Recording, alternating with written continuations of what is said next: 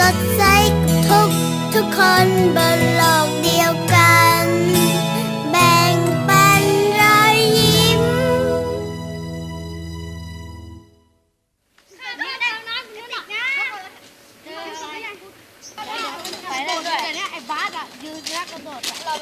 กว่าที่เด็กๆแต่ละคน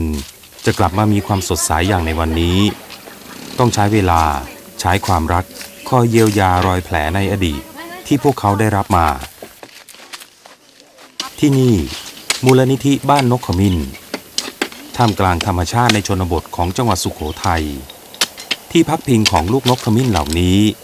ให้เติบโตขึ้นด้วยความเข้มแข็งพร้อมที่จะกลับคืนสู่สังคมอีกครั้งเด็กกลุ่มหนึ่งจะเป็นเด็กที่ถูกทอดทิ้งเล่ร่อนอยู่ตามถนนแล้วก็บางทีผมอาจจะไปเจอเขาแล้วก็ชวนเข้ามาแล้วก็เป็นเด็กที่เป็นเด็กกำพร้านะครับเด็กกำพร้าที่พ่อแม่อาจจะเสียชีวิตหรืออยู่กับแม่ที่ไม่สามารถจะดูแลลูกๆได้เราก็จะรับเข้ามาอยู่ในบ้านนกขมิ้นนะครับและการที่เขาอยู่ในบ้านนกขมิ้นเนี่ยก็เหมือนกับลูกของเราคนหนึ่งนะครับเขาจะได้รับการดูแลไม่ว่าจะเป็นที่พักอาศัยอาหารเสื้อผ้าทุกอย่างเรามีสวนเกษตรที่ให้เด็กได้มีโอกาสฝึกชีวิตรู้จักการใช้ชีวิตกับธรรมชาติกับงานเกษตรกรรมนะครับเขาอาจจะไม่มีโอกาสที่จะไปเดินเล่นในห้างอะไรเท่าไหร่หรือว่าไปใช้เล่นเกม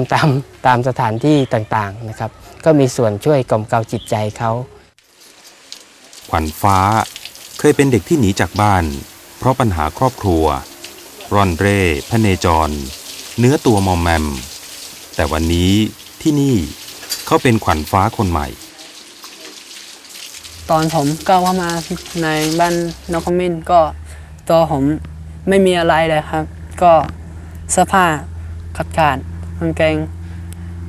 ไม่มีรองเท้าใส่มาที่นี่ผมคิดว่าเขาจะรังเกียจผมเดินมาที่นี่แต่มันตรงข้ามกันเลยครับเขาเข้ามาหาผมกอดผมและอาบน้ำให้ผมให้เสื้อผ้าให้ที่อยู่ผมให้ผมมีความสุขเขาก็ได้สั่งสอนผมทุกอย่างให้เหมือนกับคนทั่วไปให้มีความรู้ให้การเรียนแก่ผมครับทุกเช้าและเย็นขวัญฟ้าและเพื่อนๆมีหน้าที่รับผิดชอบที่คอกวัวเป็นภารกิจที่จะทำให้เด็กคนหนึ่งรู้จักความรับผิดชอบรู้จักหน้าที่ชีวิตวันนี้ของขวัญฟ้าจึงมีความหมายและมีหัวใจที่เต็มไปด้วยความหวังทำให้เราเป็นแบบมีความตรงเวลาเราแบ่งหน้าที่แบ่งเวลาของเราเป็นว่าเราทำที่นี่เสร็จแล้วเราก็สามารถเล่นบอลหรือทำอะไรได้ก็ทำให้เขารักสัตว์รักคนอื่นด้วยนะครับเป็นการฝึกจิตใจของเขาด้วยนะครับแล้วก็ให้เขารับผิดชอบที่จะดูแลโคนมในการเลี้ยงดูมันให้มันเติบโตอย่างสมบูรณ์ครับสิ่งสำคัญเหนืออื่นใดสำหรับเด็กๆที่บ้านนกขมิ้นคือความรักและความเข้าใจเพราะพวกเขามีหัวใจที่บอบช้ำมามากพอแล้ว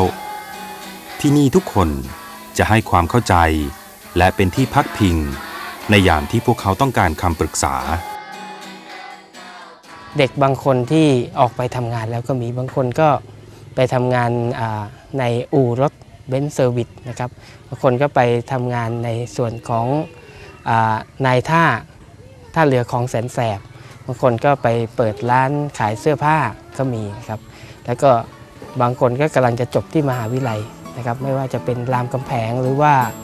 มหาวิทยาลัยที่เชียงใหม่นะครับเด็กทุกคนที่เดินเข้ามาที่บ้านนกขมิ้นแห่งนี้มาด้วยความรู้สึกที่ว่างเปล่าด้วยหัวใจที่บอบช้ำแต่เชื่อแน่ว่าสักวันเมื่อเขาต้องออกจากที่นี่ไปเขาต้องเดินออกไปได้อย่างสง่างามรู้จักคุณค่าของตนเองและคุณค่าของคนรอบข้างอย่างแท้จริง